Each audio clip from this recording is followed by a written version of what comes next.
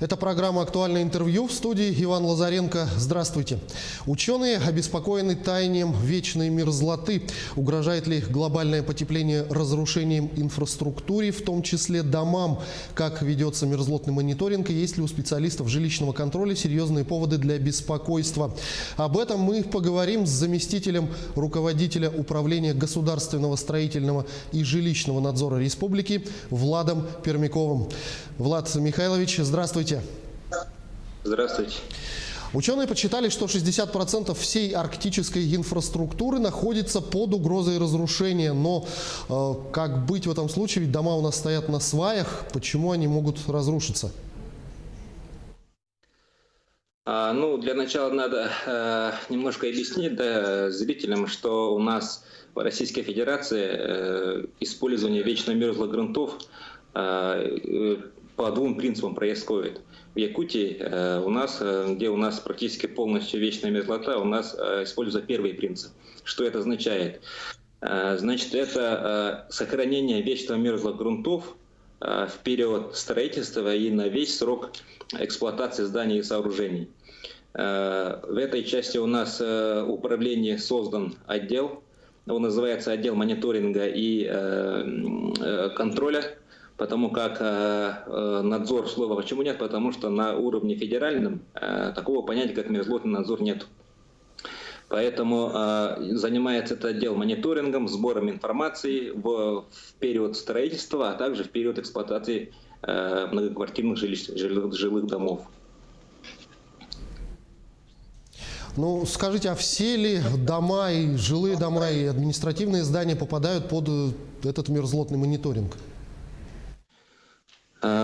Под мерзлотный мониторинг подпадают все жилые дома, многоквартирные дома, которые по жилищному надзору, по жилищному кодексу подпадают под жилищный надзор.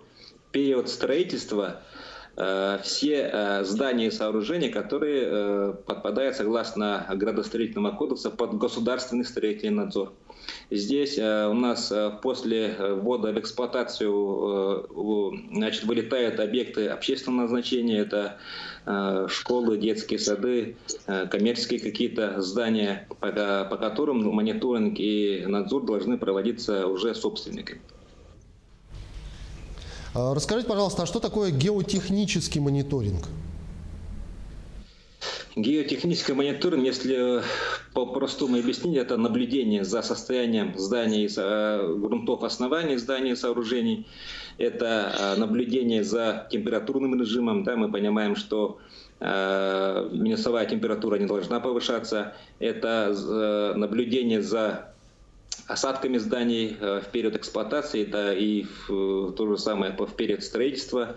Также это соблюдение требований по сохранению мерзлотных характеристик за весь период эксплуатации.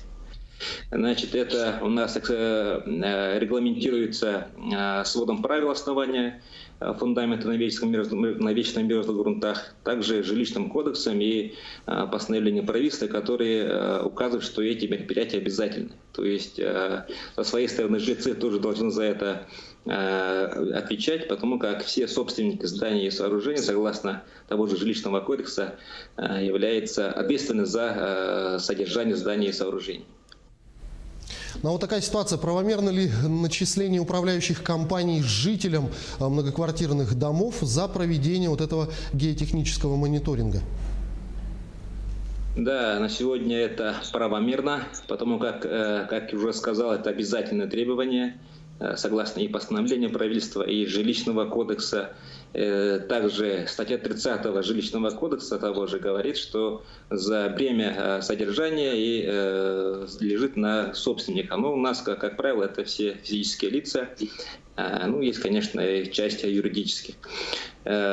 Собственники с общим собранием должны определить размер взноса ежемесячного. В случае, если они не избрали, то муниципальное образование вправе само принимать тариф. По городу Якутску на сегодня принят тариф 89 копеек на квадратный метр жилья. Ну а если возникнет ситуация, когда собственники на общем собрании откажутся платить за геотехнический мониторинг, что произойдет в этом случае? Ну, как уже сказал, это обязательное требование. Во-первых, надо понимать, что это очень серьезное и нужное мероприятие, наблюдение за грунтами и вообще, чтобы несущие конструкции были в порядке у нас. Да? Если общим собранием они отказывают, не принимают тариф, то, я повторюсь, муниципальное образование вправе само принимать такие решения. По городу Якутску уже принято такое решение. Ну а что вы можете сказать о последних случаях деформации и обрушений зданий в Якутске и других населенных пунктах? Та же история с домом на Автодорожной. Ну, если вот статистику посмотреть, действительно, у нас за последнее время практически 100% случаев таких, да, это ненадлежащая, неудовлетворительная эксплуатация зданий. То есть здесь может быть и работа управляющей компании, где-то это работа или в части, допустим, от вертикальной планировки может быть и часть вины или ответственности муниципальных образований. Ну и, соответственно, сами жильцы тоже в какой-то мере должны принимать в этом участие и какую-то меру ответственности принимать. Что касается последних случаев, и вот как я сказал, это эксплуатация. А если посмотреть в целом по Российской Федерации, если опыт других регионов, также в большинстве случаев это эксплуатация. Очень мало случаев, когда если появляются трещины или обрушаются дома, когда комиссия выявляет, что это был строительный брак во время строительства тогда еще. Поэтому в нашем случае, вот в Якутии, когда мы говорим про первый принцип, и мы когда говорим, что должны всегда, на весь период эксплуатации здания сохранять вечную мерзлую грунты, то это эксплуатация в первую очередь. Это у нас может быть и, допустим, под зданием у нас везде коммуникации идут, дома у нас на сваях. Если идет течь, не знаю, там система канализации, система отопления, это все идет на растепление грунтов. И в свою очередь это влияет на несущие характеристики основания фундамента. То есть где-то идет, может быть, это пучение, может быть, осадка свайных фундаментов в части дома, и следствие это трещина, потом и, не дай бог, более серьезные последствия.